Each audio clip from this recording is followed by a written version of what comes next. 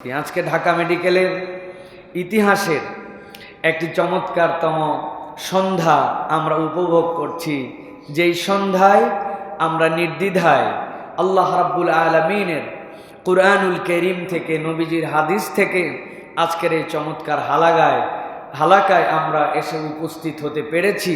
এটি আমাদের জন্য তৃপ্তির বিষয়, আলহামদুলিল্লাহ। আমাদের মাঝে অত্র মসজিদের সুযোগ্য সম্মানিত খতিব ইমাম, যিনি সুদীর্ঘ ২০ বছর প্রায় ২ যুগ এই মসজিদের সাথে, ছাত্রদের সাথে, এই হলের প্রতিটি ইট, প্রতিটি রাস্তা, প্রতিটি পথ এবং পাথের সাথে যার সম্পৃক্ততা, আমাদের শ্রদ্ধাভাজন ওস্তাদ এখানে আছেন, উপস্থিত আছেন। আপনাদের হলের সম্মানিত সহকারী স্যার তিনি উপস্থিত আছেন আমাদের আরেক বড় ভাই ডক্টর নুরুল্লাহ সাহেব উপস্থিত আছেন, আরও অনেকেই। আমার সামনে যে মানুষগুলি উপস্থিত আছেন, ইনারা দেশের সেই সকল মানুষ, যেই মানুষগুলোকে আল্লাহ রাব্বুল আমিন তাদের মেধা, তাদের যোগ্যতা এবং আল্লাহ রাব্বুল আমিন সিলেক্ট করে দেশ এবং উম্মার কল্যাণে একটি কঠিন বিদ্যা, যেটি মানব ইতিহাসের সবচেয়ে গুরুত্বপূর্ণ বিদ্যার একটি, সেই বিদ্যায় পারদর্শী হওয়ার জন্য আপনাদেরকে আল্লাহ রাব্বুল আলামিন এনেছেন। এই মেরিটেরিয়াস, এই সম্মানিত এই মানুষগুলোর সামনে আমি আসতে পেরে আজকের আয়োজনে যারা উদ্যোগ নিয়েছেন তারা সহ সকলের প্রতি কৃতজ্ঞতা জানাচ্ছি এবং আমি পড়ছি আলহামদুলিল্লাহ। আমি কিন্তু আপনাদের মসজিদে নতুন মানুষ নয়, যারা আপনারা আমাকে চেনেন, এই মসজিদে আমরা নিভৃতে অনেকবার এসেছি, রাত্রে থেকেছি, আপনাদের কাছে দিনের বার্তা পৌঁছায় দেওয়ার আমরা চেষ্টা করেছি, মনে আছে না আপনাদের? কিন্তু আজকের যে আয়োজন, এই আয়োজনটির ভিন্নতা আছে, এই আয়োজনটির স্বকীয়তা আছে। ঢাকা মেডিকেলে দিনী হালাকা হবে, তার জন্য পোস্টারিং করা হবে, আর যারা পোস্টারিং করছে তাদেরকে খোঁজা হবে না, তাদেরকে বিভিন্নভাবে তলব করা হবে না, তাদের বাপ মা পরিচয়, রাজনৈতিক ম্যান্ডেট উদ্ধার করার চেষ্টা করা হবে না। আগের দিনগুলি এত সহজ ছিল না, ঠিক কিনা? তো আল্লাহ রাব্বুল আলামিন সেই জায়গাতে আমাদেরকে এই উন্মুক্তভাবে আল্লাহর দ্বীনের কথা বলার মতো পরিবেশ দিয়েছেন। আমরা আল্লাহর কাছে ফরিয়াদ করব এবং আপনাদের কাছে নিবেদন করব, আর কোনো ফ্যাসিস্ট, জালিম ওই রকমভাবে যেন আমাদের গলা চেপে ধরতে না পারে। এটা আমাদেরকে এনশিওর করতে হবে। এই রাস্তা পরিষ্কার করে সুন্দর বাংলাদেশ গঠনের জন্য আমাদের সকলকে সচেষ্ট হতে হবে, ঠিক কিনা? এটা আমাদেরকে মনে রাখতে হবে। প্রিয় ভাইয়েরা, আজকে আমরা সংক্ষিপ্ত সময়ে আপনাদের কাছে কথা বলবো, তবে সংক্ষিপ্ত সময়ে কথা বললেও 1 ঘন্টা আমার জন্য টাইম। এই সময়টুকুতে আমি কথা বলবো নির্ধারিত বিষয়ে, নির্ধারিত প্রসঙ্গে ইনশাআল্লাহ। আমি যখনই যেখানে কথা বলি, জ্ঞান সীমিত হওয়ার কারণে কিছু পড়ালেখা করে তারপরে আপনাদের কাছে এসেছি। তো আমার ছেলেরা, আমার প্রিয় ভাইয়েরা, আমার যারা আমাদেরকে মহাব্বত করেন, আপনারা যখন আমাদের কাছে গিয়েছেন, আমরা সম্মানিত বোধ করেছি যে আজকে আমরা কিছু কথা প্রাণ খুলে শুনবো, যে কথাগুলি শুনলে আমাদের হৃদয়টা আনন্দিত হয়। আমি ছেলেদের কাছে জিজ্ঞাসা করেছিলাম, ভাই কথা বলার ধরন কি হবে? ওনাদের বক্তব্য হচ্ছে, আপনি যেভাবে খুতবা দেন, আপনি যেভাবে ওয়াজ করেন, আপনি ওইভাবেই কথা বলবেন ইনশাআল্লাহ। তা আমি আপনাদের কাছে এই জন্য কোরআনের নির্দিষ্ট আয়াতে কারিমার থেকে 7 থেকে 8টি আয়াতে কারিমার বিষয়ভিত্তিক, অথেন্টিক, বিভিন্ন প্রামাণ্য তাফসীর গ্রন্থ থেকে আমাদের জীবনের পাথেও আসে এরকম কিছু আয়াতে কারিমা থেকে আমরা কথা শুনবো। প্রিয় ভাইরা, আজকে আমরা কথা শুনবো সূরা ইনফিতার থেকে। সূরার নাম বলেন ইনফিতার। এই সূরার আরও একটি নাম বলা হয় সূরা মুনফাতিরাহ। এই সূরার তারতিব অনুযায়ী কোরআনের 82 নম্বর সূরা। কত নম্বর সূরা? 82। এই সূরাটা হচ্ছে মাক্কি সূরা।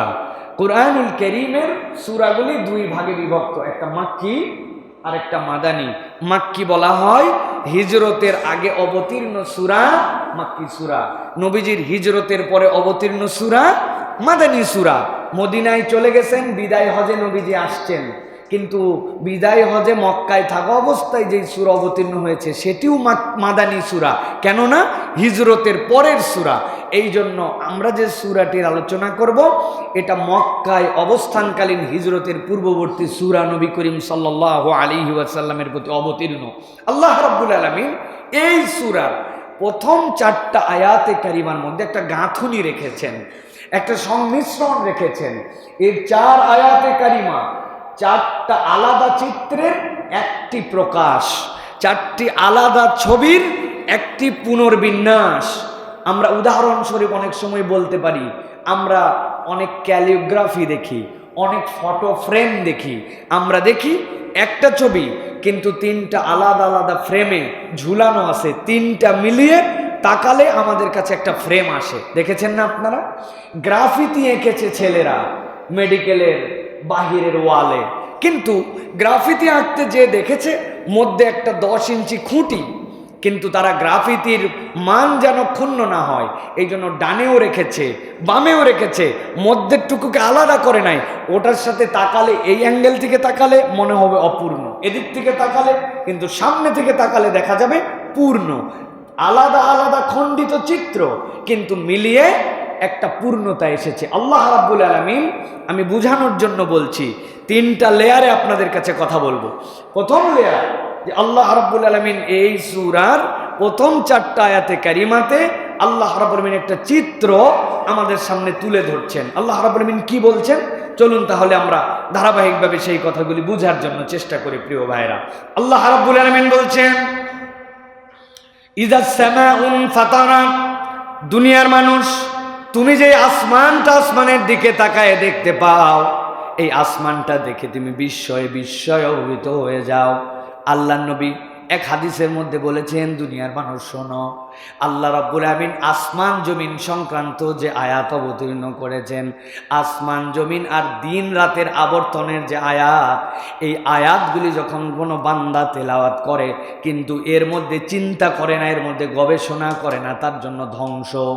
নবীজি সাল্লাল্লাহু আলাইহি সাল্লাম বলছেন, এই জন্য আল্লাহ রাব্বুল আমিন দুনিয়ার মানুষের কাছে আয়াত অবতীর্ণ করলেন, ইযা সামাউন ফাতারাত ওয়া ইযাল কাওয়াকিবু তাতারাত ওয়া ইযাল বিহারু ফুজ্জিরাত ওয়া ইযাল কুবুরু বুসিরাত। আল্লাহ রাব্বুল আমিন বলছেন, এই দুনিয়ার মানুষ, যে আসমান তুমি আসমান রূপে এখন দেখছো, আসমানটা দেখছো বিগয়রি আমাদিন, কোনো খুঁটি নাই। ছোট্ট একটু আমাদের এই বিশ্ববিদ্যালয়ের মসজিদের জন্য খুঁটি লেগেছে 10টা খুঁটি ছাড়া এই ছাদ এখানে দাঁড়ায় থাকতে পারে না। কিন্তু আল্লাহ বলছেন যে আসমানকে তুমি দেখতে পাও ছাদহীন অবস্থায় আছে, আমি আল্লাহ জানালাম এইটা একদিন অন্যরকম অবস্থায় যাবে। ইযাস সামাউন ফাতারাত, আল্লাহ রাব্বুল আমিন আসমানকে বিদীর্ণ করে দিবেন, আসমান ভেঙে সেই দিন চৌচির হয়ে যাবে।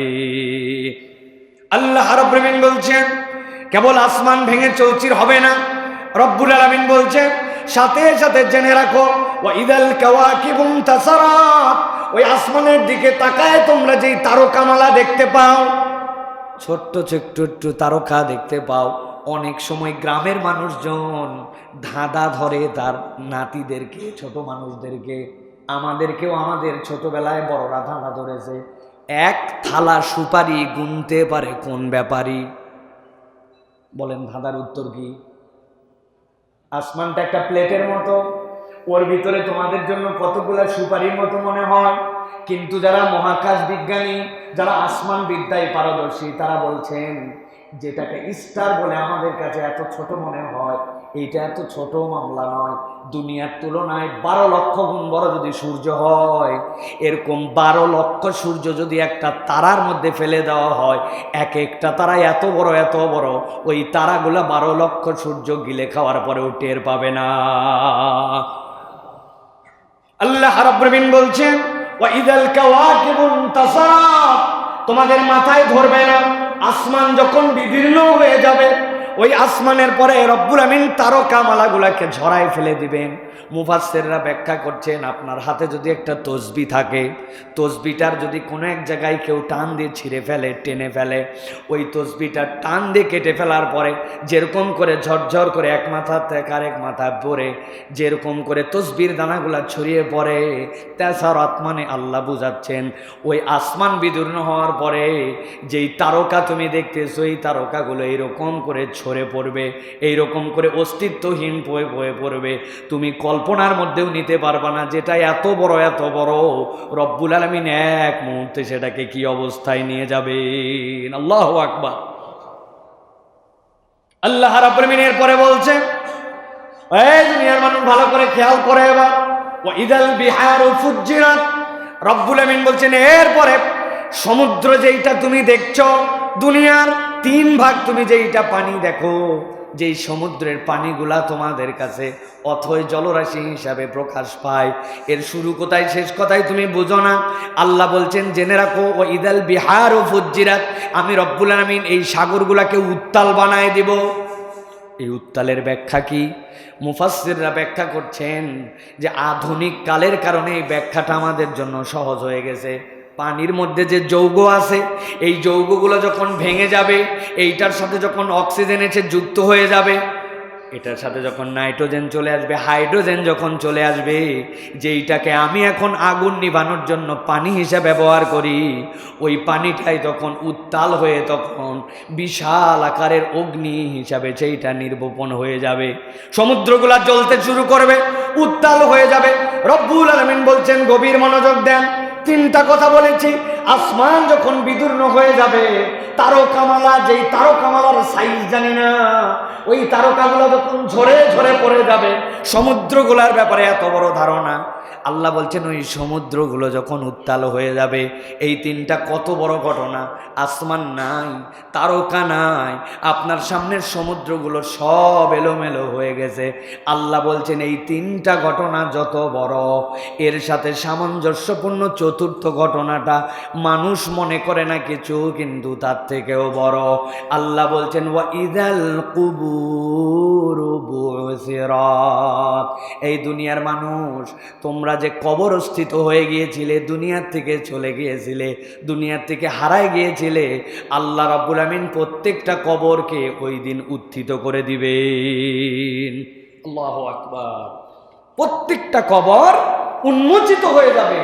ওয়া ইদাল কুবুর বুসিরাত, মনে হতে পারে আসমান, তারকা, সমুদ্র, এই 3টা তো বুঝলাম এলোমেলো হয়ে গেল, কিন্তু ইদাল কুবুর বুসিরাত মানে কি? কবরগুলো উন্মোচিত হবে মানে কি?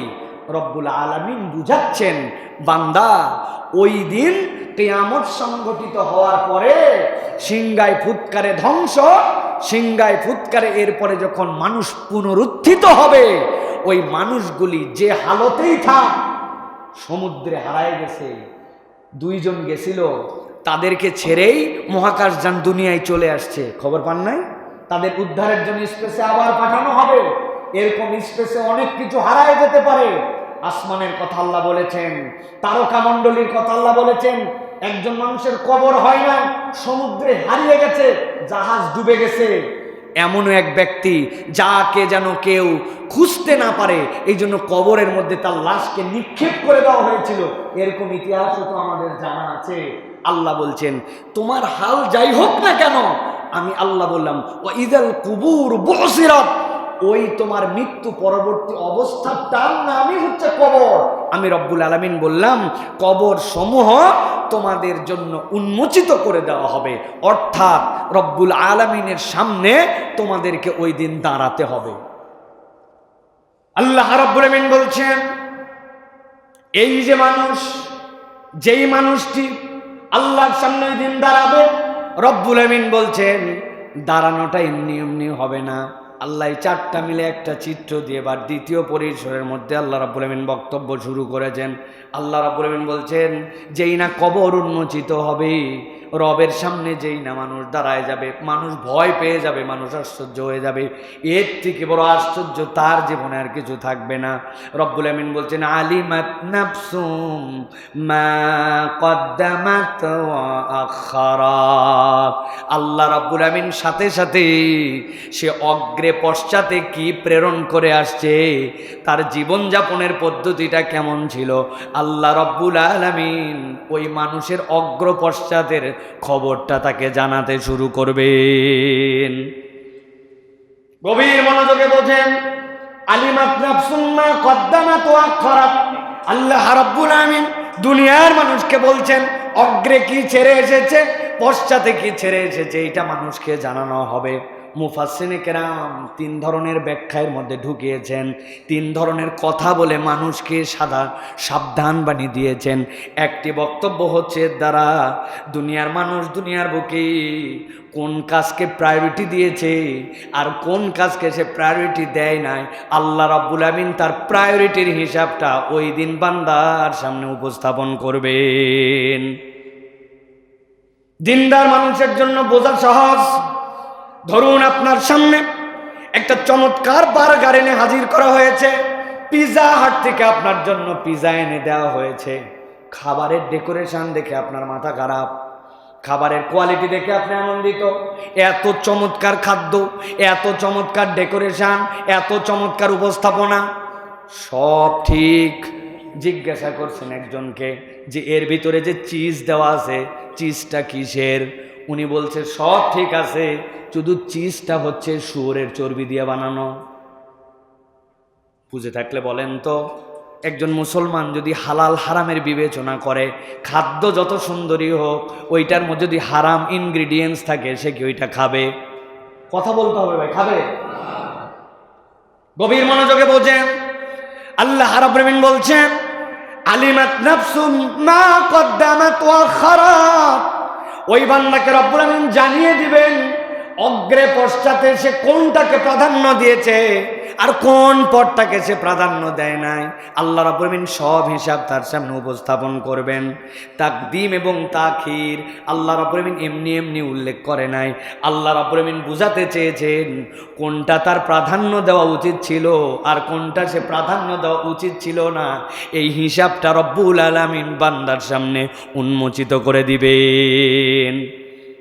ছোট্ট একটা উদাহরণ দেই, আপনার সামনে বিষয়টি আরো পরিষ্কার হবে। কোন একটা বাড়িতে সুন্দর একটা বেসিন আছে, যেখানে খাওয়ার পরে হাত ধোয়ার জন্য সবাই যায়, আত্মীয় স্বজন আসলেও যায়, মেহমান আসলে যাও, নিজেরাও যায়। কিভাবে জানো বেসিনের সামনে যে কাঁচটা ভেঙে গেছে, স্ত্রী বলছে স্বামীকে বেসিনের কাঁচটা ভাঙা, সেটা একটু চেঞ্জ করা দরকার, কালকেই করো। স্বামী বলতেছে করব দেখি, কিন্তু করে না। কালকেই করো যে বলছে, কালকের বারটা ধরেন রবিবার। ওই স্বামী চিন্তা করছে এই কাজ পরিবর্তন করা দরকার। দেখতে তো প্রত্যেক ওয়াক্তে আমাদেরকেই দেখতে খারাপ লাগে, কিন্তু সে তার কাজের প্রায়োরিটি নির্বাচন করছে। রবিবার আমার অফিস ডে, সোমবার আমার অফিস ডে, মঙ্গল বুধ বৃহস্পতি পর্যন্ত অফিস ডে। এই কয়দিন যদি আমি ওই কাজ খুঁজতে যাই, মিস্ত্রি নিয়ে আসি, সকালবেলা 10টার পরে কাজে লাগাই, এই কাজটা যদি করি, হ্যাঁ কাজ হবে, কিন্তু আমার অফিসের প্রায়োরিটি যেই কামাই দিয়ে আমি কাজ কিনতে যাব, ওই কামাইয়ের প্রায়োরিটিটা আমার জন্য আগে। অতএব সে অপেক্ষা করায় শুক্র শনিবারে ছুটির দিনে কাজ করার জন্য চেষ্টা করছে। দুটাই গুরুত্বপূর্ণ, কিন্তু কোনটাকে সে প্রায়োরিটি দিয়েছে? আল্লাহ বলছেন যেই না কবর উন্মোচিত হয়ে মানুষ উঠবে, রব্বুল আমিন বান্দাকে তখন হিসাব করে করে জানায় দিবেন আলিমাত নাফসুম মা কদ্দামাত ওয়া আখারাত।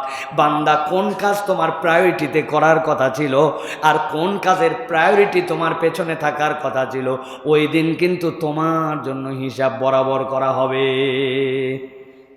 নামাজে আসলেন না যে ভাই, আগামীকালকেই পরীক্ষা, আগে সাপলি খেয়েছি হিসাব দেখতে ভাই, এই জন্য আর কোনো নামাজ কালাম রাখেন নামাজ এখন আমি খুব টেনশানে আছি। আছে না ভাই? আমার ছোট ভাই তো একটা ডাক্তার, অ্যানাটমিতে নাকি ফেল করছে নাকি করছে, আপনারাই তো জানেন। এরপরে তো মাথা খারাপ তার, খালি অ্যানাটমি পড়ে। তো এখন মনে করেন এরপরে তার হচ্ছে অ্যানাটমির পরীক্ষা করে, বলছে ভাই চল এশার নামাজ পড়েছে, বলছে কেবল পড়তে বসছি, বাহির থেকে হালকা ধোঁয়া টোয়া টাইনে আছে, ডিস্টার্ব করবি না। আছে না ভাই? আমার কথা নয়, কুরআনুল কারীমের কথা। আল্লাহ বলছেন আলিমাত নাফসুম মা কদ্দামাত ওয়া আখারাত। কোন জায়গায় কোনটা প্রায়োরিটি দেওয়ার কথা ছিল, এটা তুমি কোন জায়গায় প্রায়োরিটি দিয়েছো না দিয়েছো, ওই আসমান বিদীর্ণ করা যেরকম মহাবিস্ময়কর, ওই তারকা খসে পড়া যেরকম মহাবিস্ময়কর, ওই সমুদ্র যেরকম উত্তোলিত হয়ে আগুন ধরে যাওয়া বিস্ময়কর, তুমি কবর থেকে উঠে এরকম এক বিস্ময়কর কিতাব তোমার হাতে পেয়ে যাবে, যেই সময় তোমার হিসাব বরাবর করে দেওয়া হবে। এইটা হচ্ছে একটা ব্যাখ্যা। মুফতি মুহাম্মদ শফি রহমাতুল্লাহ আলাইহি বলছেন, আরো একটি ভয়ঙ্কর কথা এর মধ্যে আছে, আলিমাত নাফসুম মা কদ্দামাত ওয়া আখরা। মুফতি মুহাম্মদ শফি রহমাতুল্লাহ আলাইহি তার মারিফুল কোরআনের ভিতরে ব্যাখ্যা করছেন, দুনিয়ার মানুষ, তুমি যখন দুনিয়া থেকে চলে যাও, তুমি অগ্র পশ্চাতে কি ছেড়ে আসছো?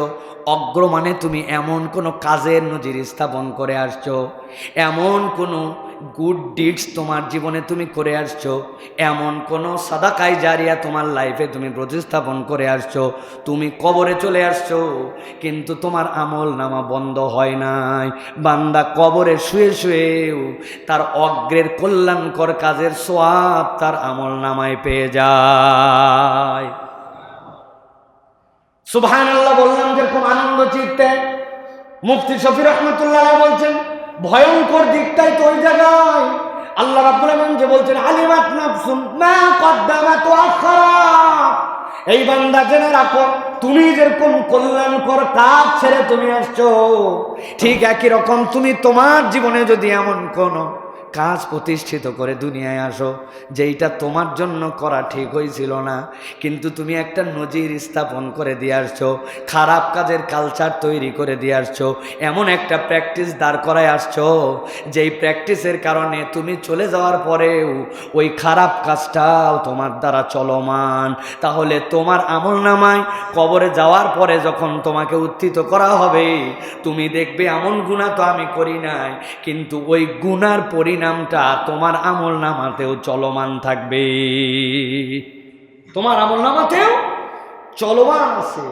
আরে এই কাজ তো আমি করি নাই, নাউযুবিল্লাহ, কোনোদিন করতেই পারি না, কিন্তু এমন অন্যায় হচ্ছিল, এমন বাজে কাজ হচ্ছিল, আপনি দেখেও না দেখার ভান করছেন, আপনি ওভারলুক করছেন। ওভারলুক তো আগে করতো, এখন ওভারলুক করার মতো লজ্জাও আমাদের তো উঠে গেছে, ঠিক না ভাই? ওভারলুক করতো না আগে, ছোট ভাই একটা সিগারেট খাচ্ছে, বড় ভাই দেখছে, না দেখার ভান করে বেঁকা হয়ে চলে গেছে, আসে না? আর এখন ছোট ভাই হিসাবে এত বলছে ওভারলুক থেকে, ও বড় ভাইয়ের মুখ বরাবর ফু মেরে জিজ্ঞাসা করে, ভাই ম্যাচ লাগবে নাকি? আসে না ভাই? আমরা এই টাইপের নিজেদের নৈতিকতাহীনের জায়গা, লজ্জাহীনতার জায়গা, এমন জায়গায় নিয়ে গেছি। অতএব নিজেদের এম অফ লাইফে এইটা খুব আমাদের জিজ্ঞাসার জায়গা, যে আমি এমন কিছু করে যাচ্ছি কিনা, আমি এমন কোনো নজির স্থাপন করে যাচ্ছি কিনা যেটা গুনাহে জারিয়া হিসাবে আমার আমল নামাতেও বহমান হয়ে যেতে পারে। প্রিয় ভাইয়েরা, এই জন্য আল্লাহ রাব্বুল আলামিন বলছেন, আলিমাত নাফসুম মা কদ্দামাত ওয়া আখখারাত। তুমি তোমার প্রায়োরিটি কোথায় দিয়েছো, কোন কাজ কি জন্য করেছো, আগে কি করেছো, পরে কি করেছো, ভালো কাজের সিলসিলা তোমার জন্য কতটুকু আর খারাপ কাজের সিলসিলা কতটুকু, এইটা তোমরা হিসাব করে নিও। এই জন্য আমার মেডিকেলের যারা প্রিয় ভাইয়েরা, আমার প্রিয় বন্ধুরা, আপনাদের কাছে বলবো, ভাই লাইফে কোনটাকে আপনি প্রায়োরিটি দিবেন, এটা কিন্তু আপনাকে হিসাব করে প্রত্যেকটা কদম আপনাকে ফেলতে হবে। আপনি যদি মনে করেন যে আপনার দুনিয়ায় সব হালাল হারাম, সৎ অসৎ, ন্যায় নীতি কিচ্ছুর ধারধারি না, হ্যাঁ, আপনি এই জীবনযাপন করতে পারেন, কিন্তু এই জীবন আপনাকে কখনো প্রকৃত সুখ দিবে না, শান্তি দিবে না, এবং পরকালমুখী আপনার যে জিন্দেগি, ওই জিন্দেগি গঠনে আপনি দুনিয়াদার নিরেট হয়ে গেলে আল্লাহ চ্যালেঞ্জ করেছেন, আপনার আমার জীবনটা কুকুরের মতো হবে। কার মতো? শুনতে একটু অড লাগতেছে না যে কুকুরের মতো হবে? এটা কেমন কথা? আমার কথা নয়, কোরআনুল কারীম বলছে আপনার আমার জন্য। আল্লাহ রাব্বুল আলামিন কোরআনুল কারীমের মধ্যে বলেছেন, তোমাদের মধ্যে যারা আখলাদা ইলাল আরদ, কিচ্ছু চেনে না, খালি দুনিয়া চেনে, আল্লাহ, দিন, ইসলাম। আপনার এখানে অন্যান্য ধর্মাবলম্বী ভাইয়েরাও আছে, আমি জানি, তারা আমাদের কাছে প্রশ্ন করেছিল তাদেরকে দাওয়াত দেওয়া হবে কিনা। আমরা তাদেরকে বলেছি যে নিরেট অন্তত অজুর মতো বিধান, মসজিদে যেহেতু ঢুকবে অজুর মতো করায় আমার ভাইদেরকে নিয়ে আসেন, তারা কথা শুনুক। তারা আসছে, আমার সাথে ব্যক্তিগত যোগাযোগ আছে অনেকে, প্রিয় ভাইয়েরা, আমি বলতে চাই, এই যে আমাদেরকে আল্লাহ রাব্বুল আলামিন তথা প্রত্যেকটা আমাদের যে দিন আমাকে শেখায় যে আল্লাহমুখী হওয়ার জন্য, আমাকে দিনকে প্রায়োরিটি দিতে বলে, সততাকে অগ্রগামী করতে বলে, নৈতিক মানুষ হতে বলে, যিনি আমার স্রষ্টা তিনি বলছেন তুমি যদি এরকম না করো, আখলাদা ইলাল আরদ ওয়াত্তাবা হাওয়া, কি করে? মন যা চায় তাই করে, মুখস্থ করে ফেলেন, মন যা চায় তাই করে। আর জমিনমুখী নিজের জীবনটা বানাইছে, দুনিয়া দুনিয়া ছাড়া কিচ্ছু বোঝে না, হালাল হারাম চেনে না, ন্যায় অন্যায় মানে না, আল্লাহ বিধানকে পরোয়া করে না। আল্লাহ রাব্বুল আলামিন বলছেন মাসালু কামাসালুহু কামাসালিল কলব ফামাসালুহু কামাসালিল কলব, আল্লাহ বলছেন ওই লোকের উদাহরণ কুকুরের মতো। কেন বললেন কুকুরের কথা? মেডিকেলের একটা ব্যাখ্যা আছে, আরেকটা ব্যাখ্যা আছে তাফসীরের ব্যাখ্যা। আল্লাহ রাব্বুল আলামিন বলছেন ইন তাহমিল আলাইহি ইয়ালহাস আও তাতরুকুহু ইয়ালহাস যালিকা মাসালুল কওমিল্লাযীনা কাযযাবু বিআয়াতিনা। আল্লাহ বলছেন কুকুরের চরিত্র কি? কুকুরের পিঠে কি কখনো তোমরা বোঝা চাপাও? না, কুকুরকে বোঝা দেওয়া যায় না। কুকুর তো আর গরু না, কুকুর তো আর ঘোড়া না, কুকুর তো আর গাধা না যে পিঠে বোঝা বহন করবে। কিন্তু আল্লাহ বলছেন ইন তাহমিল আলাইহি ইয়ালহাস, যদি তাকে ছেড়ে দাও তবুও হাঁপায়, আর যদি তাকে দাবার দাও তবুও সে হাঁপায়। চরিত্রগতভাবেই কুকুর সব সময় অস্থির, ঠিক না ভাই? এটার একটা ব্যাখ্যা আমি পড়ছিলাম নেট সার্চ করে, যে কুকুর কেন অস্থির। কুকুরের নাকের মধ্যে যেই ইনগ্রিডিয়েন্টসগুলি আছে এইগুলোর অন্যতম একটা হচ্ছে সে সুগন্ধির মাধ্যমে অনেক কিছু আইডেন্টিফাই করতে পারে। এই নাকের এক্সট্রা তার রস থাকার কারণে সে প্রপারলি নাক দিয়ে অক্সিজেন নিতে পারে না, তাকে তার শ্বাসতন্ত্র পূর্ণ করার জন্য মুখ দিয়েও নিঃশ্বাস নিতে হয়। যে সকল প্রাণী পৃথিবীতে নাক ছাড়া মুখ দিয়েও নিঃশ্বাস নেয় তারা অস্থির প্রকৃতির হয়, এটা একটা ব্যাখ্যা। কিন্তু রব্বুল আলামিন তাকে সৃষ্টিগতভাবেই বলেছেন অস্থির বানিয়েছেন। ঘুমায় আছে একটা কুকুর রাত্রেবেলা, কোনো কেউ ডিস্টার্ব করে নাই, দেখবেন তারপরেও অযথায় ওর লেজ নড়তেছে, কান খানিকক্ষণ পর নড়তে আছে না ভাই? আল্লাহ বলছেন তুমি তাকে ছেড়ে দাও অথবা তুমি তাকে দাবার দাও, সে অস্থির। আল্লাহ উদাহরণ দিয়েছেন তুমি যদি তোমার চরিত্রটা নিরেট দুনিয়াদার বানায় নাও, দিনকে কোনো পাত্তা দাও না, মনে করছো আমি আমার মতো করে একটা জীবন গঠন করব, এখানে কার কি ইন্টারফেয়ার করার দরকার আছে, আমি স্বাধীন, যা ইচ্ছা তাই করতে পারি, আমার ঘুম, আমার চোখ, আমার বেড, আমার শরীর, আমি যেমনি ইচ্ছা ব্যবহার করব। আল্লাহ বলছেন করো, কোনো সমস্যা নাই, কিন্তু আমি আল্লাহ গ্যারেন্টার দিলাম তোমার আর কুকুরের ওই চরিত্রের মধ্যে মিলে যাবে। সেটা কি? তুমি কখনো সুস্থির লাইফ পাবে না। এটা আল্লাহ রাব্বুল আলামিনের চ্যালেঞ্জ। আপনি যা সিম্পলি আমাদের জীবনের, আমাদের সমাজের, আমাদের পরিবেশের বাস্তবতাগুলো চিন্তা করে দেখেন, একটা মানুষের জীবনযাপনে কত টাকা লাগে ভাই। কিন্তু আপনি কি পেপার পত্রিকা টিভি মিডিয়ায় দেখতেছেন দুর্নীতির লেভেলটা কোথায়? শত কোটি, হাজার কোটি, এগুলা শুনতে শুনতে কেউ যদি শুধু কোটি বলে এগুলো আমাদের কাছে কেমন বিরক্ত লাগে, তাই না ভাই? শুধু কোটি, এটা একটা দুর্নীতির মধ্যে পড়ে। হাজার হাজার হাজার কোটি, বাড়ি কত এতগুলা, গাড়ি কত এতগুলা। আল জাজিরার সাংবাদিক রিপোর্ট বানাচ্ছে, রিপোর্টের সময় সে যখন খালি 20 কোটি পাউন্ড 20 কোটি পাউন্ড বলে, আমার কাছে শুনে এত লজ্জা লাগতেছিল, হায় রে, লোক খুঁজে পালি না, এত দুর্বল একটা লোক যার মাত্র 400টি বাড়ি 500টি বাড়ি, এই কথা বলতেছে। কিন্তু সে অনেক আশ্চর্য হয়ে বলতেছে, কেননা আমি আমেরিকা সফর করে দেখছি, আমি ইউরোপ সফর করে দেখছি, জাপান টাপান সফর করে দেখছি, বাড়ি কাঠের, বাড়ি ছোট, কিন্তু একটা বাড়ি তাদের কাছে কত কঠিন। একজন রিয়াল আমেরিকানের কাছেও একটা বাড়ি কত কঠিন। একটা ব্যাংকের সাথে এঙ্গেজ না হয়ে একটা বাড়ি কিনতে পারে না তারা।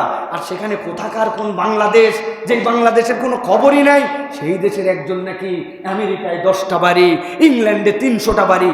জাজিরার সাংবাদিক তো অস্থির যে বাপরে বাপ। এটা কেন বললাম? এটা কাউকে খোঁচা দেওয়ার জন্য বললাম না। এই যে দুর্নীতির ক্ষেত্রে অস্থিরতা, এটার কারণ কি? সে 100, 200, 500 কোটিতে সুখ পায় না, তার শান্তি হয় না, তার অস্থিরতা কাটে না। মনে হয় দুবাইয়ে দুর্নীতি করে একটু কিছু করলে না দুবাই ভালো লাগে নাই, ইংল্যান্ডে দুর্নীতি করবে না ভালো লাগে নাই, আমেরিকায় একটা কিছু ভালো লাগে নাই। আর দুনিয়ায় দুর্নীতি করবে কিন্তু দুনিয়ায় কোনোদিন সুখ পাবে না, ঠিক কিনা? একটা রিকশাওয়ালা যে সুখ আছে তাদের সে সুখ নাই। আপনারা কাউরান বাজারে রাত্রে, তো আমি প্রত্যেকদিন আপনাদের এর সামনে দিয়ে যাই, এই দিককার যত সফর শেষ করে আপনাদের এই মেডিকেলের সামনে দিয়ে যায়। হারে কাউরান বাজারের সামনে দক্ষিণবঙ্গ উত্তরবঙ্গ থেকে সবজি আসে, ওই সবজিগুলি বড় ট্রাক থেকে ছোট ট্রাকে আনলোড করে, সারা রাত কাজ করে 600-700 টাকা পায়। মাথায় বড় বড় টুকরি, জাম বেঁধে গেছে দাউদকান্দি ব্রিজে, জ্যাম লেগে গেছে যমুনা সেতুতে, সবজির ট্রাক আসে নাই। ওই লোকটা মাথার টুকরি নামায়া ওই কাউরান বাজারের মধ্যে আইল্যান্ডে রেখে কোমরের গামছা খুলে দিছে ঘুম। পাশ দিয়ে 20 টনের ট্রাক পার হয়ে যাচ্ছে, বিল্ডিং কেঁপে যায়, আর ওদিকেও নাক ডাকতেছে, আছে না? আর লক্ষ কোটি টাকা দামের বাড়ি, 1000 টাকা দামের তার বালিশ, ওইখানে শোয়ার পরেও তার ঘুম আসে না। ডাক্তার সাহেবের কাছে আসছে, ভাই আমার ঘুম নাই। কয় 3টা ওষুধ দিলাম, নাম কিন্তু আমি এগুলার জানি, বললাম না যেহেতু মিডিয়ায় চলে যাবে, তবে বেশি খাবেন না, এই ওষুধ বেশি খেলে হার্টের উপরে প্রেসার পড়বে। আছে না ভাই? এই যে আল্লাহ রাব্বুল আলামিন বুঝাতে চাচ্ছেন, বান্দা দ্বীনের সাথে সম্পৃক্ত থাকা, নিরেট পবিত্র লাইফ উপভোগ করা, এটা তোমার অন্তরের মধ্যে যে শান্তি দিবে, সুখ দিবে, যে বোধের জায়গা জাগ্রত করবে, ওটা অবৈধর মধ্যে কখনো তুমি পাবে না। চেষ্টা করতে পারো, কিন্তু ওইটা করলে কি হবে? ফামাসালুহু কামাসালিল কালব, এই জীবনটা হবে কুকুরের মতো। তাহলে আমরা কি কুকুরের জীবন চাই না মানুষের জীবন চাই? বুঝে বলেন। একজন একটা সাংঘাতিক কথা বলেছে, বাংলাদেশের জনসংখ্যা প্রচুর, মানুষ কম। আমাদের মানুষ কম বলেই এরকম একটা রেজিমের পরেও একজন মানসিক ভারসাম্যহীন লোককে আমরা ভাত খাওয়ায়া, তারপরে আমরা আমাদের হলের ভিতরে নিয়ে পিটায়া মৃত্যু পথযাত্রী বানায় আমরা বের করে দিতে পারি। এটা কোনো মানুষ তো করতে পারে না, ঠিক কি না? কোনো মানুষ এটা করতে পারে? সাথে সাথে এটাও মনে রাখবেন, আজকে জোর গলায় এটার প্রতিবাদ আমরা করতেছি, এটা অন্যায়। এই অন্যায়কে অন্যায় বলা, কোদালকে কোদাল বলা, এই দাঁতের শক্তি আমাদের আছে, কিন্তু এক ধরনের ফ্যাসিস্টদের এই শক্তিও নাই, যারা এইটা দেখে খুব লাভ দিয়ে উঠছে। কিন্তু দেশে 19,000-এর উপরে মানুষ, 1.5 লক্ষ গুলি যাদের গায়ের মধ্যে, হাজার হাজার মানুষকে হত্যা করে ফেলা হয়েছে, এর মধ্যে অনেকগুলা লাশকে আইডেন্টিটি ছাড়া কবর দেওয়া হয়েছে। মেডিকেলে লাশগুলাকে নিয়ে আসা হয়েছিল, এমন ডাক্তার নামী পশুরা, তারা সেখানে চিকিৎসা দিতে দেয় নাই, তখন তাদের মুখ দিয়ে একটা শব্দ বের হয় নাই, আর এখন খুব লাফায়। অতএব মুনাফিকদেরকেও চিনে রাখতে হবে, ঠিক কিনা? মুনাফিকদেরকেও চিনে রাখতে হবে। কথা বলেন, আমরা চাই কথা বলেন, কিন্তু আমরা সব সময় হকের পক্ষে কথা বলবো, কোনোটা দেখব আর কোনোটা দেখব না, এই রকম বিবেক যেন না হয়। এই জন্য জনসংখ্যার থেকে মানুষ বাড়ানো দরকার, ঠিক কিনা? আপনারা খুব important part of the nation, মনে রাখবেন। আপনারা নর্মাল কোনো মানুষ নন, আবার অ্যাবনর্মাল ভাবেন না জানেন নিজেদেরকে, আপনারা এক্সেপশনাল মানুষ। আল্লাহ রাব্বুল আলামিন এই মানুষগুলাকে তার দ্বীনের জন্য যেন কবুল করেন, বলেন আল্লাহুম্মা আমিন। তাহলে আমরা কোন পর্যন্ত গেছি? যেই পর্যন্ত নিয়ে গেছি এটা কেবল প্লট রেডি করলাম, মূল কথা এবার আল্লাহ রাব্বুল আলামিন আমাদের কাছে উপস্থাপন করছেন। তাহলে কি পড়েছি আমরা আজকে? ইজা সামাউন ফাতারাত, আসমান বিদীর্ণ হয়ে যাবে। ও ইদাল কাওয়াকিবুন তাসারাত, তারকামালাগুলো খসে খসে পড়ে যাবে। ও ইদাল বিহারু ফুজ্জিরাত, সমুদ্র উন্মোচিত হয়ে যাবে, সমুদ্র উত্থিত হয়ে যাবে। ও ইদাল কুবুর বু'সিরাত, যেই সময়ে কবরগুলা দাঁড়িয়ে যাবে, কবরগুলা আবার ভেঙে সেই জায়গার থেকে প্রত্যেকটা মানুষ দাঁড়িয়ে যাবে। আল্লাহ বলছেন আলিমাত নাফসুম মা কদ্দামাত ওয়া আখারাত, মানুষ অগ্র পশ্চাতের সব খবর সেদিন জেনে ফেলবে। আল্লাহ রাব্বুল আমিন বলছেন সবচেয়ে গুরুত্বপূর্ণ জিজ্ঞাসা, অনন্য এক জিজ্ঞাসা আল্লাহ রাব্বুল আমিনের পরে মানুষকে বলছেন, ও মানুষ, যেভাবে তোমাকে এই কথাগুলোর বর্ণনা দিলাম, এবার আমি তোমার কাছে একটা জিজ্ঞাসা করতে চাই। ইয়া আইয়ুহাল ইনসানু মা গররাকা বিরাব্বিকাল কারীম। ও মানুষ, কিসে তোমাকে তোমার কারীম রবের থেকে দূরে সরায় রাখলো? অনেক গভীর কথা।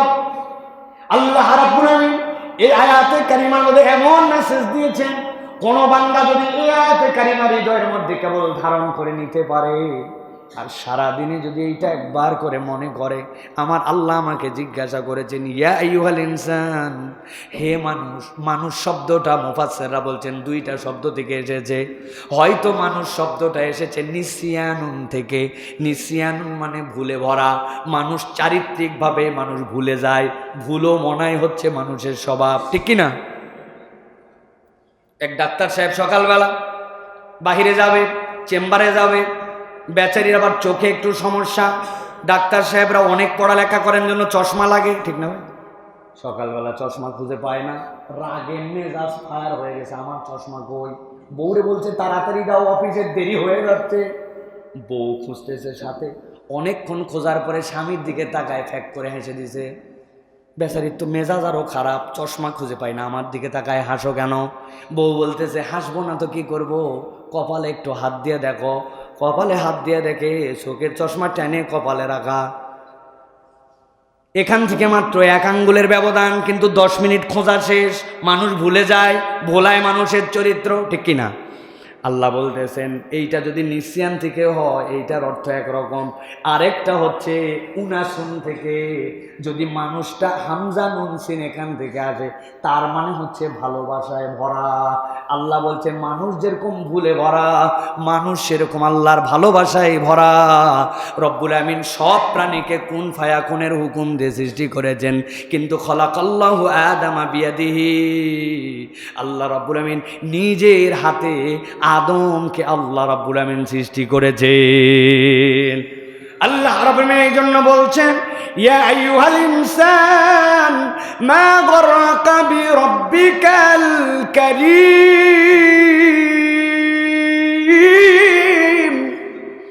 আমার রাব্বুল আমিন বলছেন, হে দুনিয়ার মানুষ, আমি তোমাদেরকে ডাক দিয়ে বললাম, মা গররাকা, কিসে তোমাকে দূরে সরাই দিল?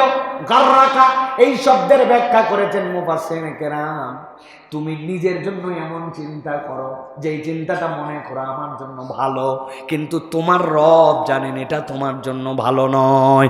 আল্লাহ বলছেন কিসে তোমাকে ভুলাই দিল? তোমার কারীম রবের ব্যাপারে। মুফাসসিরদের ব্যাখ্যা হচ্ছে আল্লাহ যে কারীম শব্দটা এখানে বলেছেন, আরবরা মূলত 4টা ক্ষেত্রে কারীম শব্দ ব্যবহার করত। কোন মহিলা তার গলায় যদি এমন একটা হার থাকে, এমন একটা নেকলেস, যেই নেকলেসটা অসাধারণ, ওই নেকলেসটার পূর্ণতা আসতো না যদি ওর মধ্যে থেকে একটা পাথর উঠে যেত, কিন্তু ওই পাথর দেওয়ার কারণে নেকলেসটা সুন্দর, এটাকে তালা কারাম বলে। অথবা আরবের এমন ঘোড়া, যেই ঘোড়াটার পেছন দিক দিয়ে সুন্দর করে চুল, এবং সেইটার কারণে যখন সে লাফায় তার ওই সিল্কি চুলগুলি তখন লাফায়, দেখতেও সুন্দর, আরবরা এটাকে বলতো কারাম। আরেকটা বলতো কাউকে যদি বংশগতভাবে সম্মানিত হিসেবে উপস্থাপন করতে চাইতো তাকেও কারাম বলে সম্বোধন করত। বদরের যুদ্ধ হয়ে গেল, মুসলমানদের সাথে যারা যুদ্ধ করতে এসেছিল 70 জন যুদ্ধবন্দী আটকায় গেল। পরামর্শ সভা, কি করা হবে এদের সাথে? ওমর রাদিয়াল্লাহু তাআলা বললেন, কি উপর থেকে নিচ আলাদা, যারা আমাদের সাথে শত্রুতা করতে আসছে কিছুদিন পরে আবার করবে এরা শত্রুতা, শত্রুকে রাখতে হয় না, বিদায় করে দাও। আবু বকর বললেন, না, এরা আমাদেরই পরিচিত ভাই ব্রাদার, এদেরকে যদি রেখে দেই, এরা যদি ঈমান আনে, একদিন আমাদেরই শক্তি হবে। নবীজি পরামর্শ করলেন, পরের দিন আয়াতে কারিমা নাজিল হলো, ওমরের সিদ্ধান্ত ঠিক ছিল, কিন্তু আপনারা পরামর্শ করেছেন জন্য ক্ষমা করে দেওয়া হলো। আল্লাহু আকবার। নবীজি সাল্লাল্লাহু আলাইহি সাল্লাম যখন সিদ্ধান্ত দিচ্ছেন কি মুক্তিপণের বিনিময় তাদেরকে ছেড়ে দেওয়া হবে, সিদ্ধান্ত দেওয়া হলো 10 জনকে স্বাক্ষর বানিয়ে দিবে। যেই শিশুরা আমাদের পড়ালেখা জানে না, পড়ালেখা শিখাই দিবে, তাহলে মুক্ত হয়ে যাবে। অমুকের টাকা আছে, এটা এই পরিমাণ টাকা দিলে মুক্ত হয়ে যাবে। ওই সময় একজন এসে, যার কাছে কোনো টাকা পয়সা নাই, সে নবীজিকে বলতেছে, আনতা করিম ইবনে করিম, আপনিও সম্মানিত, আপনার বাপও সম্মানিত। নবীরে পামপট্টি লাগায়। নবী তো সম্মানিত এমনি, কিন্তু বলতেছে কেন? তুমি যদি নবীকে এত সম্মানিত মনে করো, তো এই সম্মানিত মানুষকে তুমি মারতে আসছিলে কেন? তুমি না এখন যুদ্ধবন্দী হয়ে কথা বলো। কিন্তু আল্লাহ নবী এমন সম্মানিত মানুষ, আল্লাহ নবী তারে ক্ষমা করে দিলেন। সুবহানাল্লাহ। এটা বোঝানোর জন্য বলছি, কারিমের অর্থ কি? আল্লাহ রব্বুল আলামিন যতগুলা কারিম শব্দ এখানে ব্যবহার করা হলো, নিজের শানের সাথে এইগুলা একটাও আল্লাহর সাথে সামঞ্জস্যপূর্ণ নয়, অর্থপূর্ণ কিন্তু সামঞ্জস্যপূর্ণ নয়। আল্লাহ জিজ্ঞাসা করছেন, তোমার মহান রব থেকে কিসে তোমাকে ফিরায় রাখলো বান্দা? আল্লাহ বলছেন, আমি কেমনে মহান, আমি সেইটার বর্ণনা বান্দা তোমাকে দুইটা আয়াতে জানাই। আল্লাহ রাব্বুল আলামিন বলছেন, আল্লাযী খালাকাকা ফাসাওয়াকা ফাআদালাক ফি আই সূরাতিন মা শাআ রাক্কাবাক কাল্লা বাল তুকাযিবুনা বিদ্দীন। আমার রব্বুল আমিন বলছেন, এই দুনিয়ার মানুষ, আমি এমনি এই মেডিকেল কলেজের আলোচনায় এই আয়াতে কারিমা নির্বাচন করি নাই, এই সূরা নির্বাচন করি নাই, ভেবে চিনতে বলতেছে আপনাদের কাছে। আল্লাহ বলছেন, তোর কারিম রব থেকে বান্দা তোর কিসে দূরে সরায় রাখলো? আল্লাহ বলছেন, তোর কারিম রব কেমন রব জানিস? আল্লাযী খালাকাকা ফাসাওয়াকা ফাআদালাক, যেই রব তোকে সৃষ্টি করেছেন, যেই রব তোকে সুষম করেছেন, যেই রব তোকে সর্বোচ্চ সুন্দর সর্বাঙ্গীন করেছেন। সুবহানাল্লাহ। তিনটা কথা রব্বুল আলামিন বলছেন, ভালো করে খেয়াল করেন। রব্বুল আলামিন বলছেন, আল্লাযী খালাকাকা, যিনি তোমাকে সৃষ্টি করেছেন।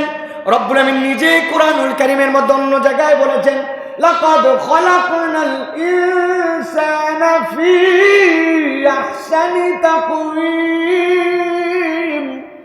আমি রব্বুল আলামিন মানুষকে আহসানি তাকওয়িম দিয়ে সৃষ্টি করেছি।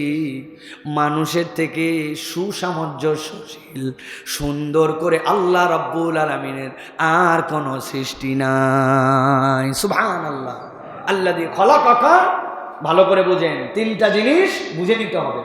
সাওয়াকা ফাআদালাক, আহসানি তাকওয়িম মানে কি? আমি মাঝে মাঝে উদাহরণ দেই। রব্বুল আলামিন অনেক কিছুর থেকে আমাদেরকে দুর্বল বানাইছেন। আমার বিড়াল বাড়িতে আছে, বিড়াল দুধের হাঁড়িতে ডাইনিং টেবিলের উপর উঠে মুখ দিয়ে খাওয়ার ধান্দা করতেছে। যেয়ে দেখি ওর খাওয়াই প্রায় শেষ, আর আমি লাইট দিয়া ওই হাঁড়ি ধরতে যাইয়া উল্টা ঘুতে লাগে, আরো হাঁড়ি কাত হয়ে আরো দুধ পড়ে গেছে। বিড়ালের রাত্রে দেখার পাওয়ার আমাদের চোখের থেকে বেশি, তাই না ভাই? বাঘ কত বড় শক্তিশালী। বাঘ শুমারি হয় কিভাবে জানেন? আগে একভাবে শুমারি হতো, এখন বাঘের শুমারির টেন্ট চেঞ্জ হয়েছে। বাঘের পায়ের প্যাড আছে, কিন্তু আমাদের মতো ফিঙ্গারপ্রিন্ট নাই।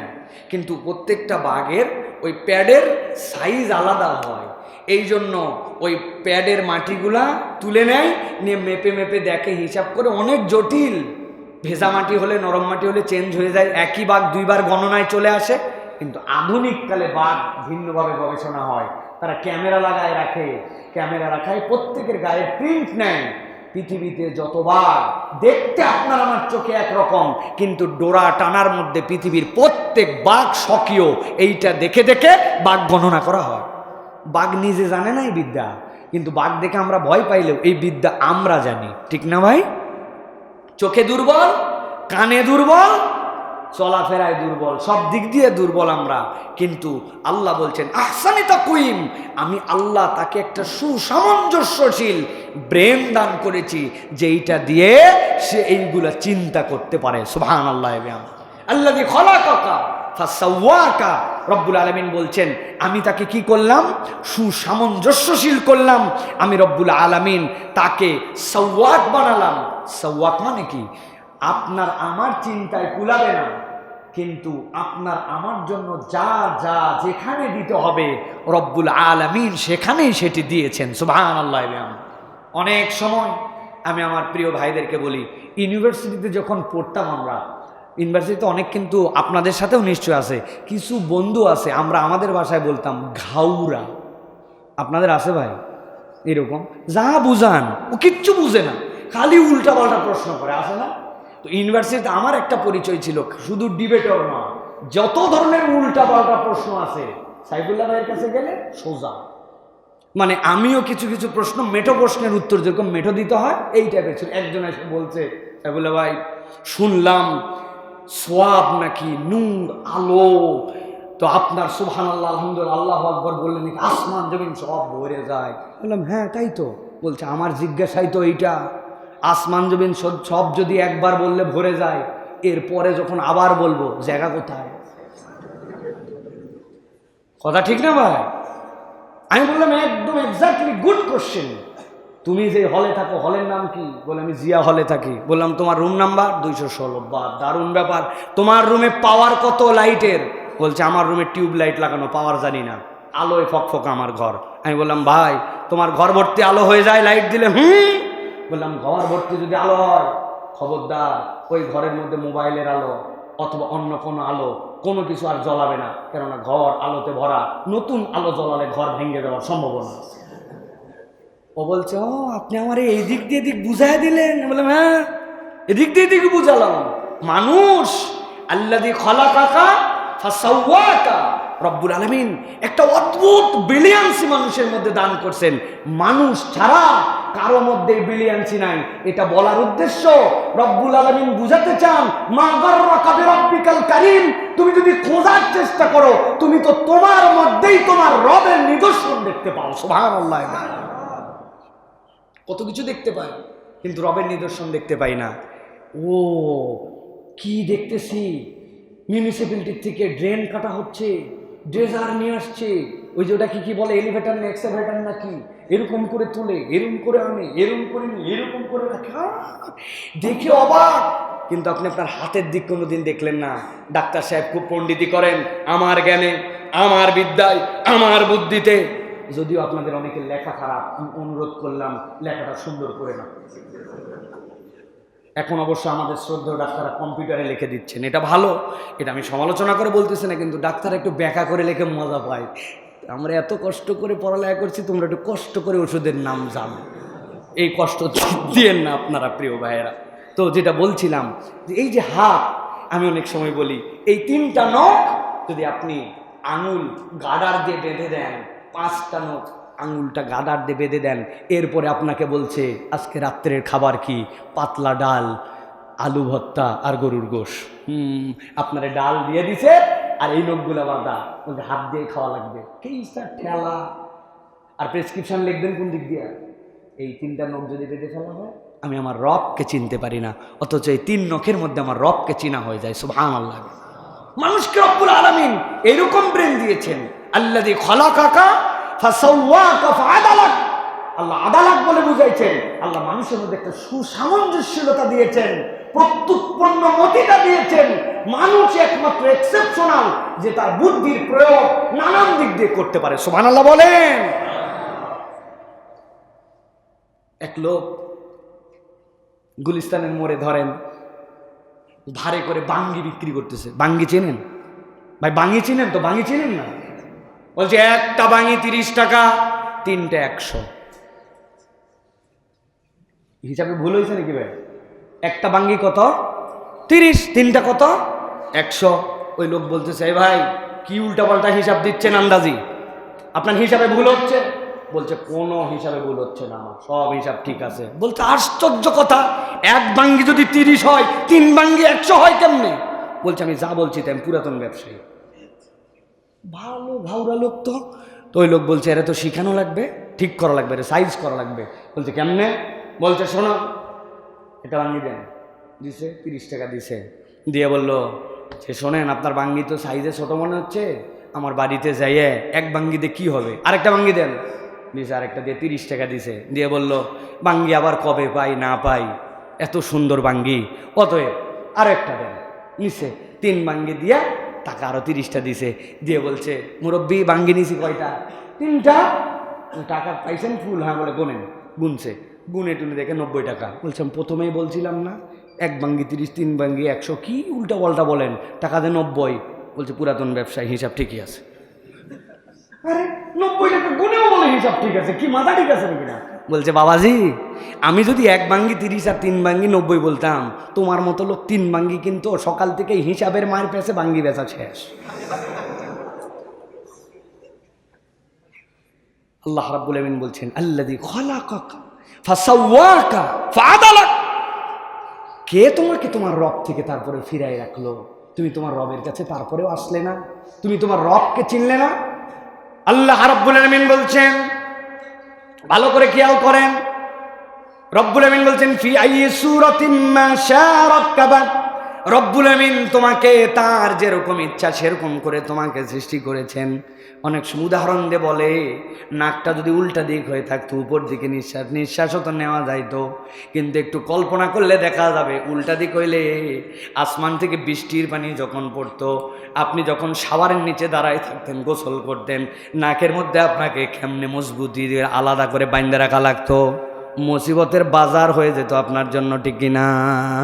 আপনারা আমার থেকে ভালো জানেন, আপনাকে যখন 2 জন বন্ধু মারামারি লাগায়া মাথার মধ্যে বাড়ি দিয়েছে, স্কালের মধ্যে বাড়ি দিয়েছে, লোকজন বলে মাথা ফাটে গেছে, আসলে মাথা ফাটা বড় ডেঞ্জারাস। এই মাথাটা যদি বেলের মতো এক খণ্ড ছোট্ট একটুখানি, এক খণ্ডে 1 লেয়ারে যদি হতো তাইলে মগজ টগজ সব যখন তখন বের হতো, কিন্তু কতগুলা ছোট ছোট ছোট ছোট জিনিসকে রব্বুল আমিন জড়ো করে আপনার জন্য এই মাথাটা বানায় দিলেন। রব্বুল আমিন এই জন্য বলছেন আল্লাহ রাব্বুল আমিন বলছেন আল্লাযী খালাকাকা ফাসাওয়াকা ফি আইয়ি সূরাতিন মা শাআ রাক্কাবাক।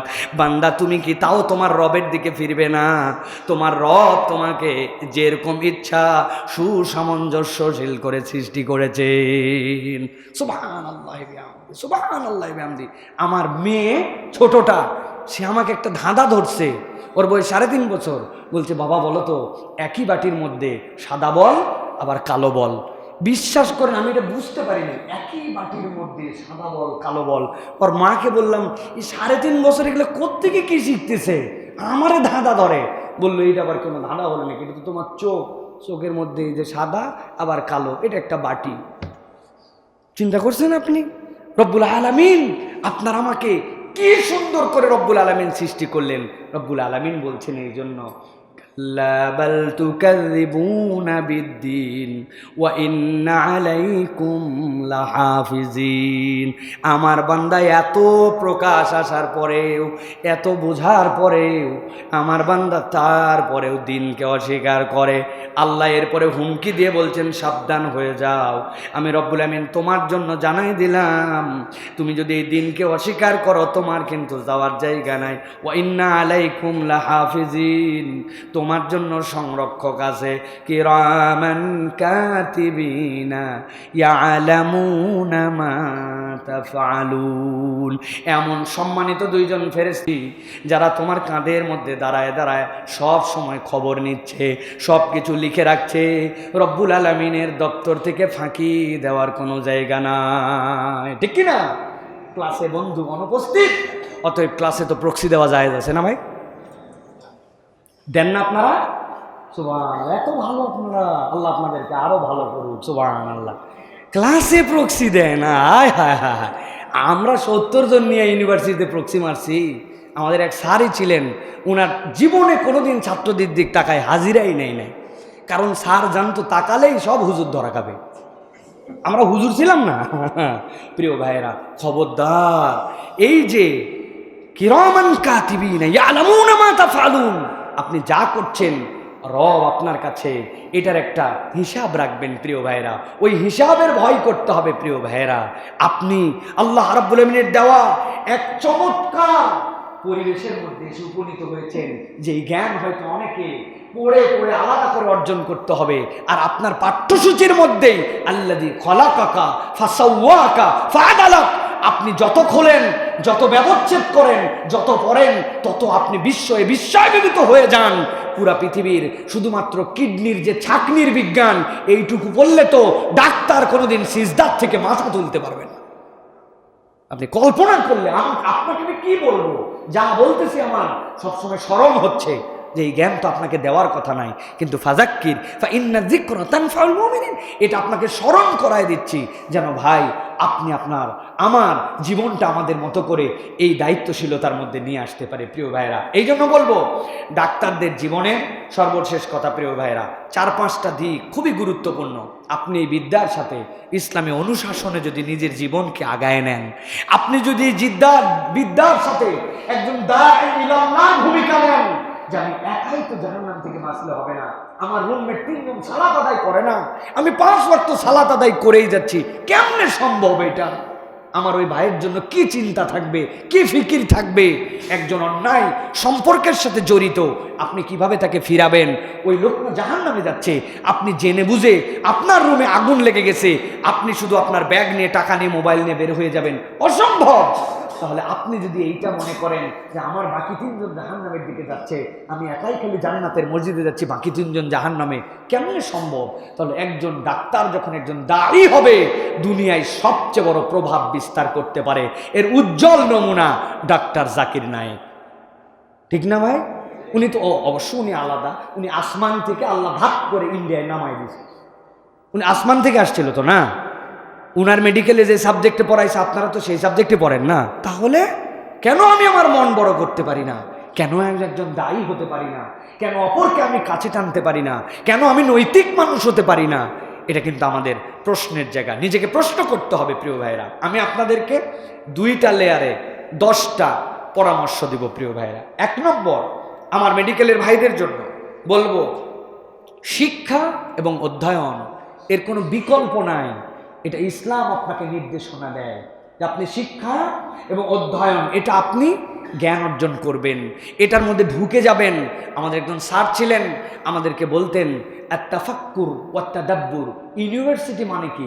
ইউনিভার্সিটি তোমাকে পূর্ণ জ্ঞান দিবে না, কিন্তু তাফাক্কুর আর তাদাব্বুর তোমাকে রিসার্চ মেথোডোলজি জানায় দিবে, তোমাকে কিভাবে জ্ঞান অর্জন করতে হয় তার দুয়ারটা উন্মোচন করে দিবে, তোমাকে পদ্ধতিটা বাতলায় দিবে। কিন্তু তোমাকে এখান থেকে আর্ন করতে হবে, নিতে হবে। কেবল পাস করার জন্য পড়া হতে পারে না। শেখা, বোঝা, জ্ঞান অর্জন করা, নিজেকে চৌকস বানানো, উম্মার খেদমতে নিজেকে নিবেদিত করা, এই জন্য যদি নিয়ত হয় তাহলে ওটার মধ্যে বরকত হবে। তাছাড়া খালি পাস করা হবে। ঠিক না ভাই? এটা আমাদেরকে ইনশিওর করতে হবে।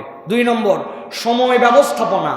আপনারা চমৎকার সময় ব্যবস্থাপনা করেন, কিন্তু আপনার সময় ব্যবস্থাপনায় ইসলামের পাঠ কতটুকু, সেলফ ডেভেলপমেন্ট কতটুকু, আপনার আমলিয়াতের জিন্দেগি কতটুকু, দাওয়াতের জিন্দেগি কতটুকু, ইসলাম জানা কতটুকু, এটা আপনার সময় ব্যবস্থাপনার মধ্যে নিয়ে আসতে হবে। আপনি যদি মনে করেন আপনার সময় ব্যবস্থাপনায় কেবলমাত্র কোন সাবজেক্ট কখন পড়ব, কোনটায় পাস করব, কোন সময় মেডিকেলে যে ওই জায়গায় কি বলে সাথে যে স্যারদের সাথে সহযোগী হব, এইটুকুই নয়। সময় ব্যবস্থাপনায় আপনার ইসলাম থাকতে হবে, নিজের মান উন্নয়ন থাকতে হবে, নৈতিক ব্যবস্থাপনা থাকতে হবে। 3 নম্বর, প্রশিক্ষণ এবং ক্লিনিক্যাল অভিজ্ঞতা, এর কোনো বিকল্প নাই। প্রিয় ভাইরা, প্রশিক্ষণ নেওয়া, যেখানেই ভালো কিছুর প্রশিক্ষণ হয়, এটা থেকে আপনাকে অর্জন করতে হবে। ক্লিনিক্যাল অভিজ্ঞতা ছাড়া কখনো একজন ডাক্তার কখনো প্রপার ডাক্তার হয়ে উঠতে পারেন না। এই ক্ষেত্রে আপনাদের টিচার, আপনাদের যারা সমন্বয় করেন এইগুলো বিষয়, তাদের সাথে সমন্বয় করে এখন থেকে আপনাদেরকে একটা প্ল্যানিংয়ের মধ্যে যেতে হবে। আগে শেষ হোক, 5th ইয়ার শেষ হোক, তারপর শেষের দিকে দেখা যাবে। এই দেখা যাবে করতে করতে এমন হয়ে যাবে লেজে গোবরে একটা বের হয়ে গেছেন আপনি, যার কোনো জায়গায় আর জায়গা নাই। তখন দলবাজি করা লাগে, তখন চাটা লাগে। আমরা আর চেটে আগাতে চাই না, আমরা এখন যোগ্যতায় আগাতে চাই। ঠিক কিনা? অথবা এই চাটার দিন শেষ। চাটার দিন শেষ করলে কি করতে হবে? নিজের ডেভেলপমেন্টের কথা চিন্তা করতে হবে, প্রশিক্ষণে এগোতে হবে, ক্লিনিক্যাল অভিজ্ঞতা নিতে হবে। সুস্থ জীবনযাপন খুব সাংঘাতিক বিষয় এটা। আমরা অসুস্থ জীবনযাপনে অভ্যস্ত হয়ে গেছি। আপনাদেরকে একটা কথা বলি, মনে কষ্ট নিয়েন না। আমি আপনাদের রুম টু রুম অনেক সময় ভিজিটে গেছি, আপনার রুম তো এটা আপনার রুম নয়, বুঝি আপনার রুম তো বাড়ির রুম, আপনার রুম তো নিজের রুম, কিন্তু এটা যতদিন পড়ালেখা করছেন এটাও তো আপনার রুম। মেডিকেলের ছাত্রের রুম এরকম ময়লা থাকতে পারে? হ্যাঁ, ফ্যান লাগানো আছে যেটা ওই স্বাধীনতার বছর থেকে আজ পর্যন্ত কোনোদিন মশে না, জাল সাবলে ঘর ভরে গেছে। আপনি জানেন না এটা আপনার মধ্যে প্রভাব পড়ে, কেননা আল ইলমু নূরুম মিনাল্লাহ, এই জ্ঞান যেটা অর্জন করছেন, আল্লাযী খালাকাকা ফাসাওয়াকা ফাআদালাক, এই জ্ঞান নিচ্ছেন আপনি, এটা আল্লাহর নূর। এটা ময়লা জঞ্জালে আসে না, অন্তরও পরিষ্কার রাখতে হয়, পরিবেশও পরিষ্কার রাখতে হয়। এটা আপনাকে এনশিওর করতে হবে। ইউনিভার্সিটিতে আপনাদের আছে কিনা? আমাদের ইউনিভার্সিটিতে সবচেয়ে নোংরা রুম ফিস্টের দিনে, আর সবচেয়ে পরিষ্কার রুমের পুরস্কার দেওয়া হতো।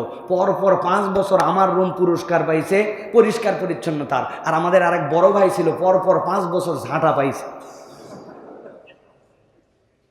এত ময়লা, এটা ভাই সুস্থ জীবনযাপনের একটা পার্ট অফ ইয়োর লাইফ। সৌন্দর্য, পরিষ্কার থাকা, সাফ থাকা, এই জন্য বলা হয় আত-তুহুরু শাতরুল ঈমান, এটা আপনার ঈমানের অংশ প্রিয় ভাইয়েরা। এরপরে আপনাদেরকে বলবো যোগাযোগ দক্ষতা।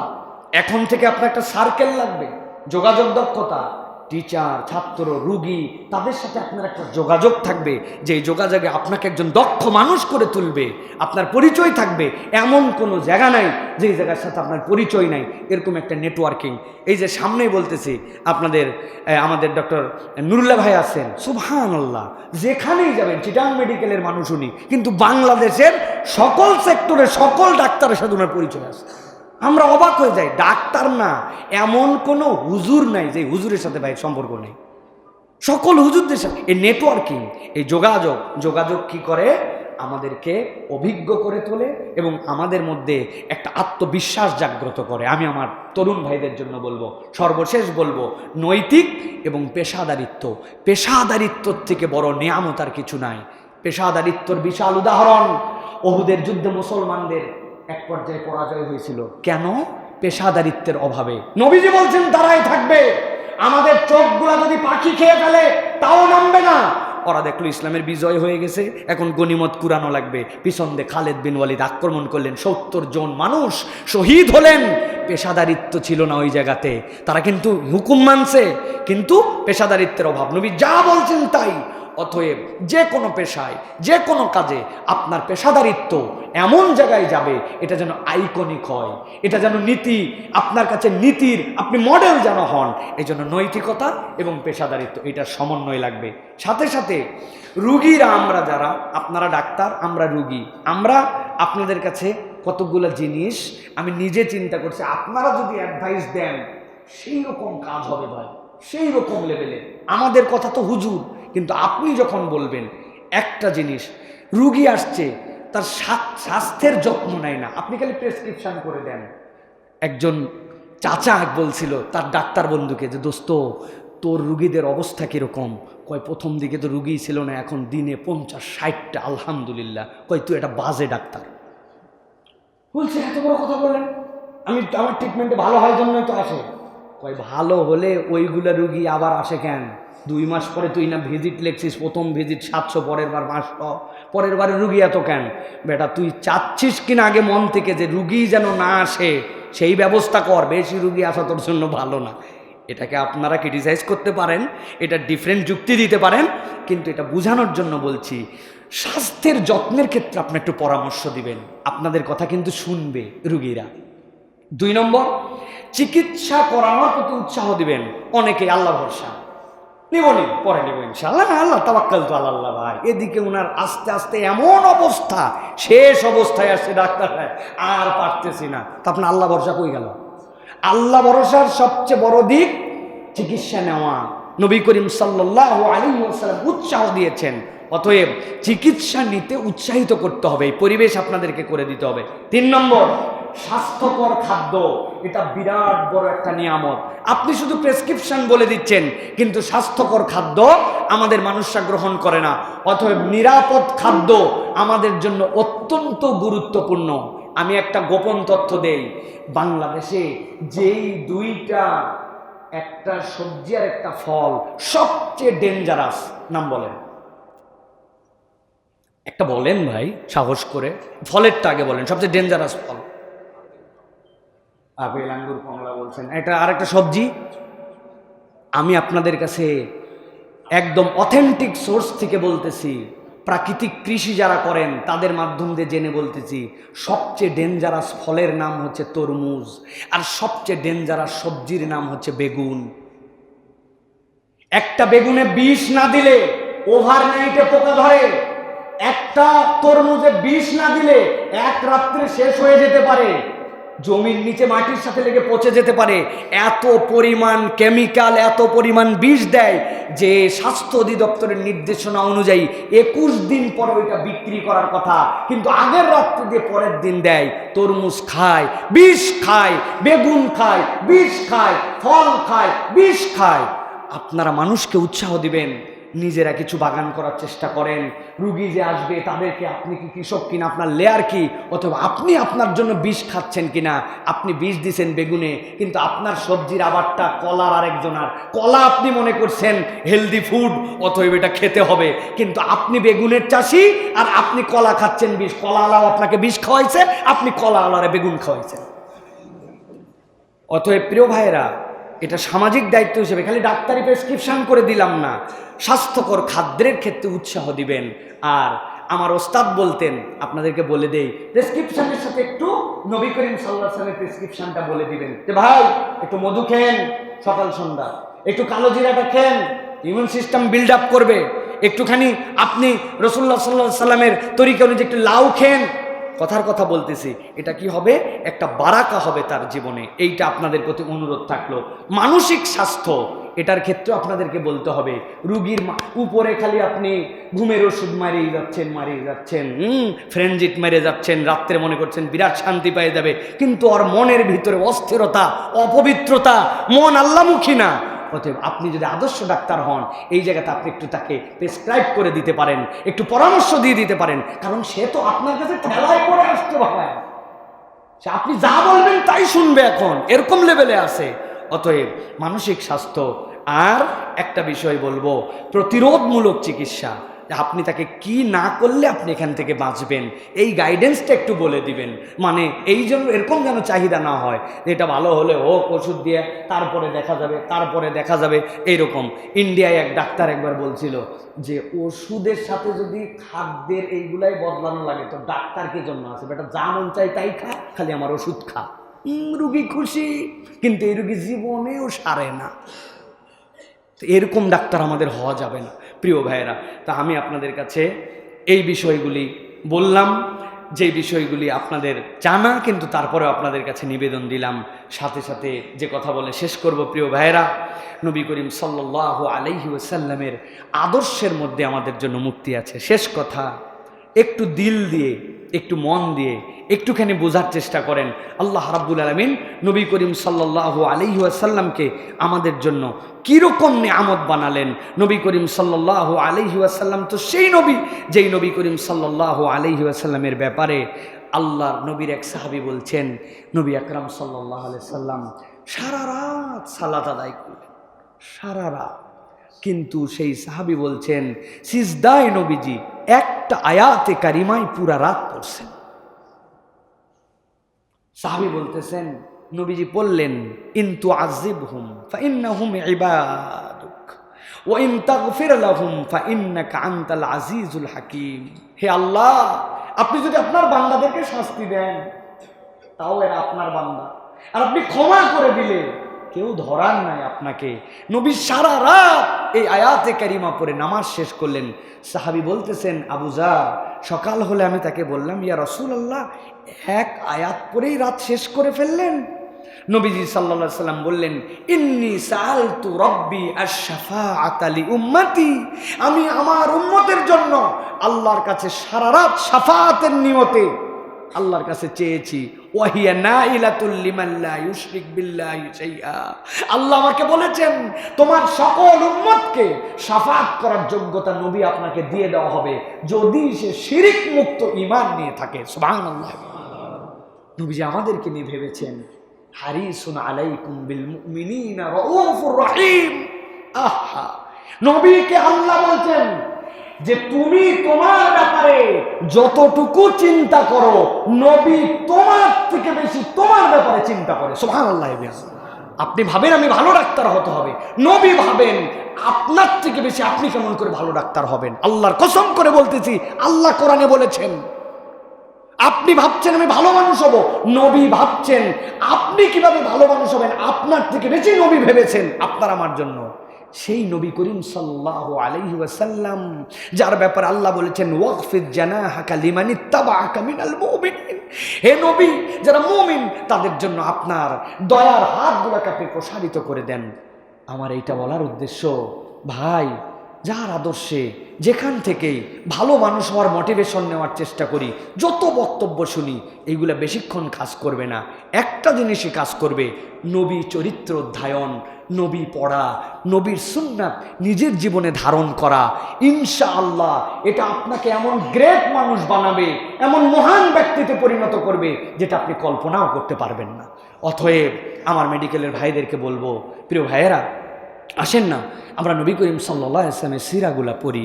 আমার নবী করিম সাল্লাল্লাহু আলাইহি ওয়াসাল্লামের লাইফ স্টাইল অনুযায়ী নিজের লাইফ স্টাইলটা আমরা জীবনযাপন করার জন্য চেষ্টা করি। আমরা আমাদের জীবনকে নবীর জীবন দিয়ে সাজানোর জন্য চেষ্টা করি। আপনার বড়দেরকে আপনি সম্মান করতে চান না, অ্যারোগ্যান্স। আপনি ছোটদেরকে স্নেহ করতে চান না, ছোটদেরকে আপনি নিয়ে র‍্যাগ দেন, বড়দেরকে আপনি অসম্মান করেন, পিছনে কথা বলেন। অথচ আপনার নবী শিখাচ্ছেন বড়কে সম্মান করে না, ছোটকে ইজ্জত দেয় না, টিচারকে মুআল্লিম। নবীজি বলেছেন বুইস্তু মুআল্লিমান, আমি শিক্ষক হিসাবে প্রেরিত হয়েছি।